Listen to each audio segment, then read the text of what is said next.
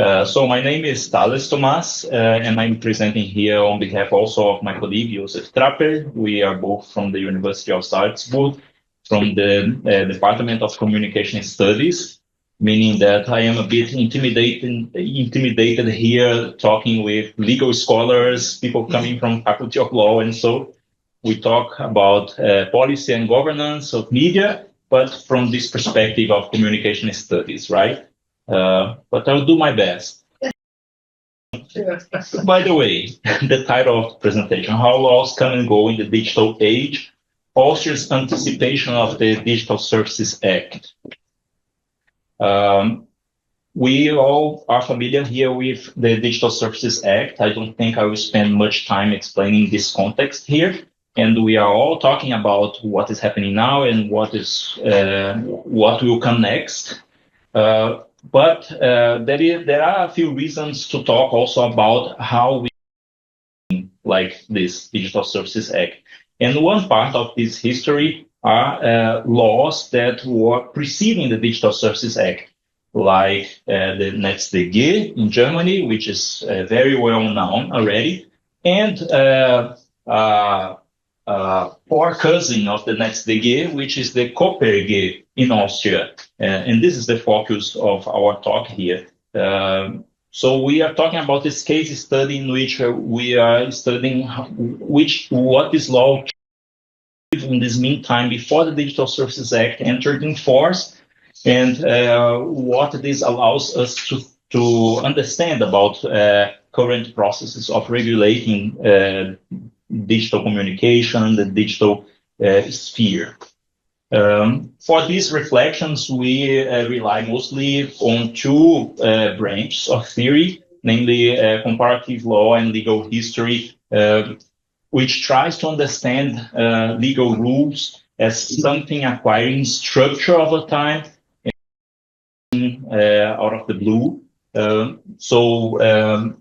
We try to avoid explaining rules by circumstances which are particular to a time and place, which is something that actually happens quite often in the communication studies when we analyze laws that impact our field.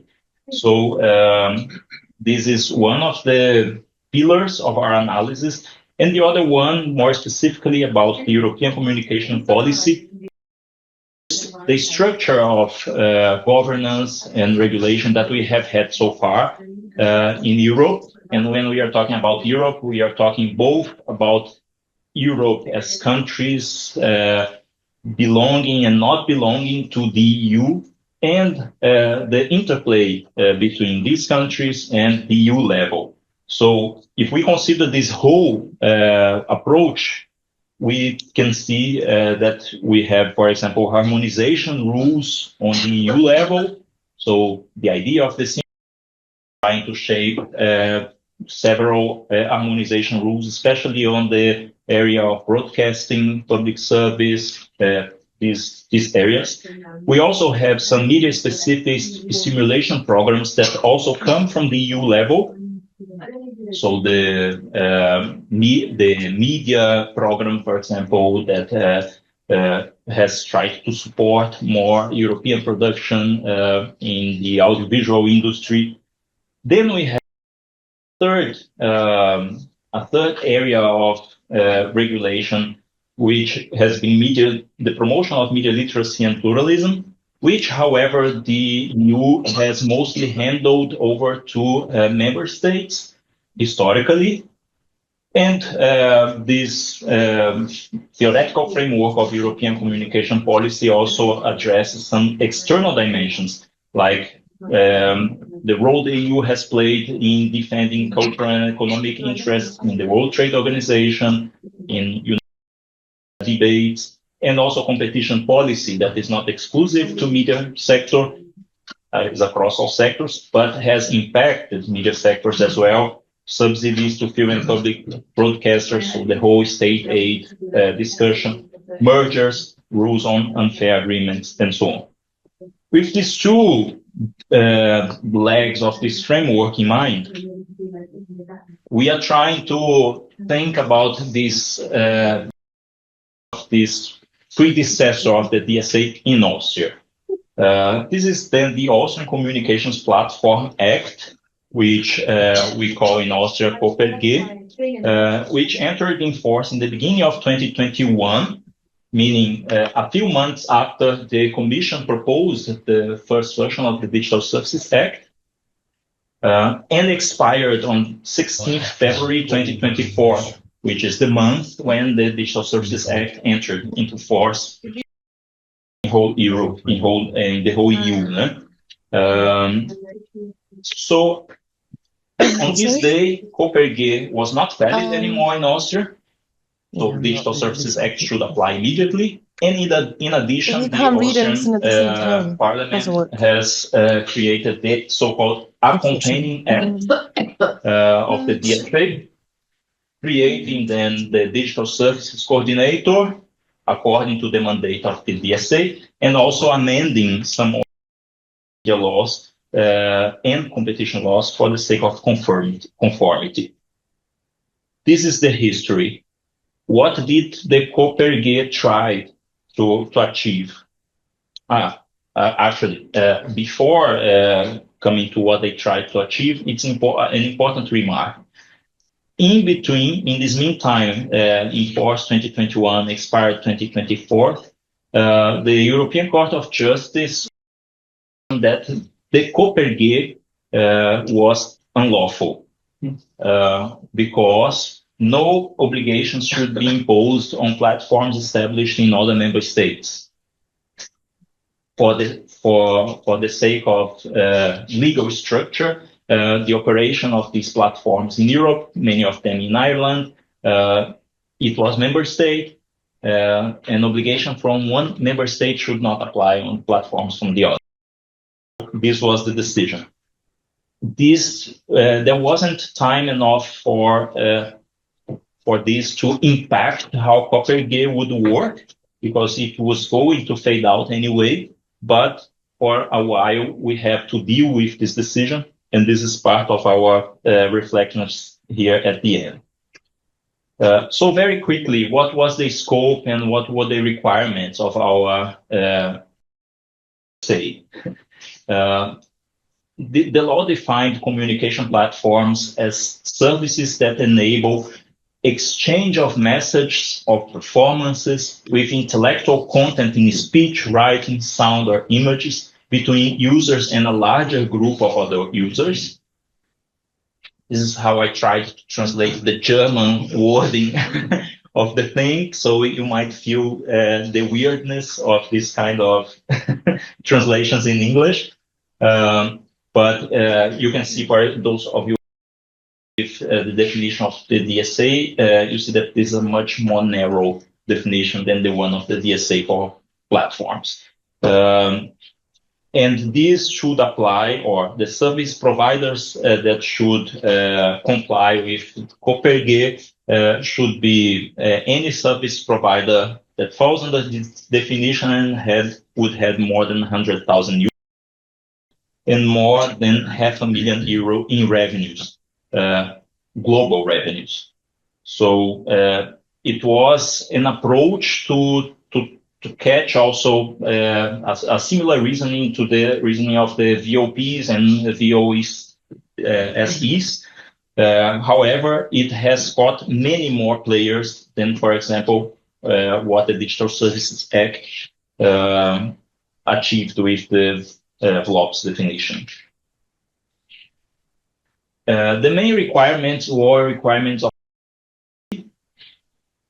procedures for handling reports regarding what platforms have done with illegal content, biannual reports on content moderation practices in general to our national regulatory authority from Austria.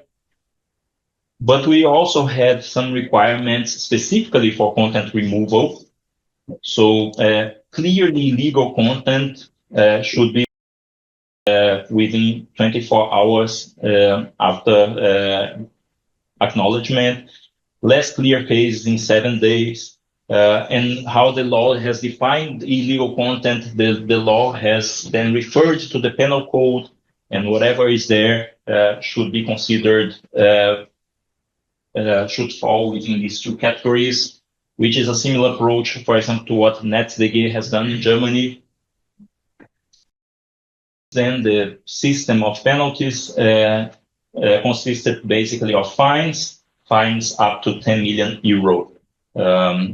So it was not coupled with the revenues like the Digital Services Act. And then, as said, in February 2024, the Digital Services Act has come into force, repealed then COPPERG. You touched the mouse, I think. I didn't touch the mouse, I swear. We have a ghost. Maybe I will be a bit more distant. So there are lots of similarities, but also lots of differences. So I think all of you are here very familiar with the DSA.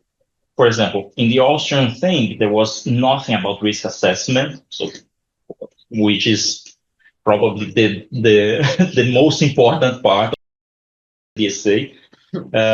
The notice and action is similar, what the DSA has brought, what the COPPERG had, although in COPPERG it was much stricter regarding the deadline, the timeline for action.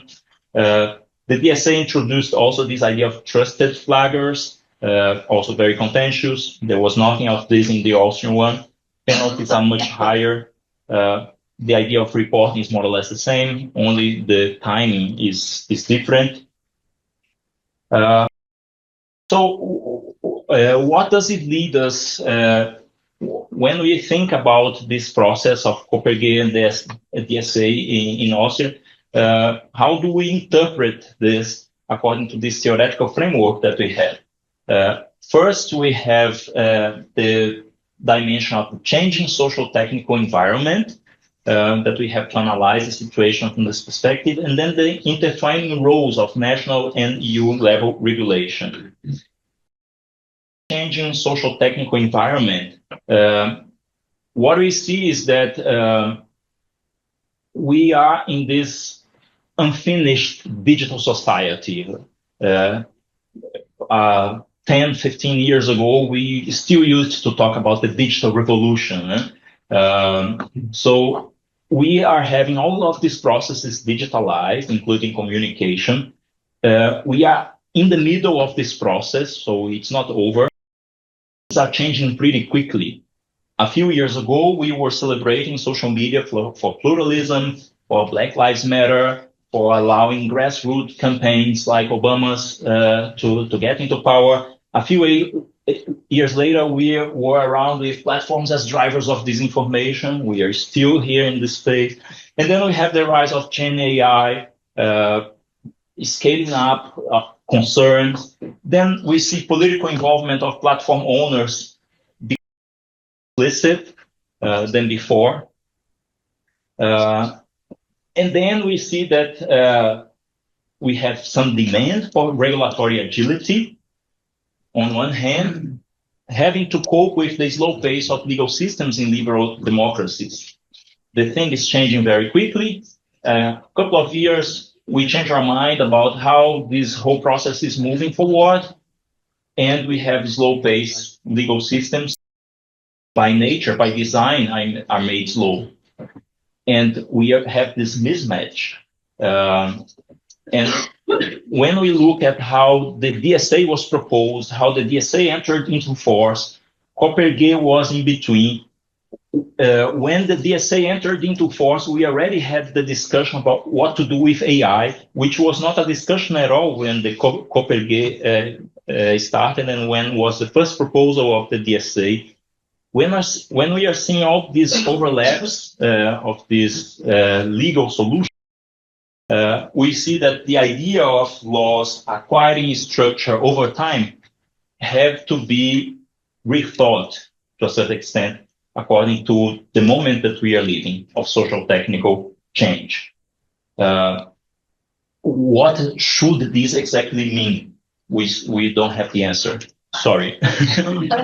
But we know that we have to rely on this concept and rework it to make it fit the environment that we have. And then last but not least, they defining roles of national and EU level regulation. We have now this difficulty of fighting disinformation, the main goal of the DSA and of Coperge, with the existing framework of EU level and national level competencies, which among several quotation marks, where we had, for example, the EU handling support to audiovisual services, member states dealing with media literacy and pluralism. Nothing of this original division of competencies corresponds to what we are having right now. And then we have to fight that cuts across all of these possible dimensions with no certain roles, what member states should do, what you should do. And to add up to this difficulty, we see the increasingly contested position of the EU, including on national levels. So in the case of Coperge, there was an Austrian state between ministries, between the national regulatory authority, how much we want to follow the EU, how much we don't want to follow the EU, and this has been instrumentalized within the country for the positions of the respective stakeholders. So for the ministry, for example, it was a good moment to mark a difference and mark the Austrian sovereignty regarding the EU, whereas the national regulator has relied on the perspective coming from the EU to bring Austria closer to EU standards.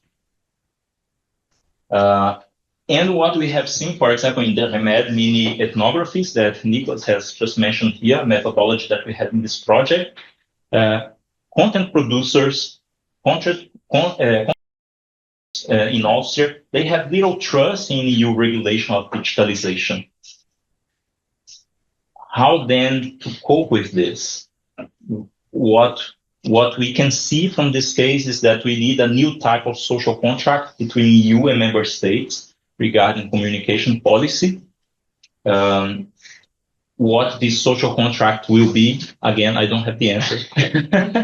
So, sorry for and not answers, but I hope this has been interesting and useful. Thanks. Thank you.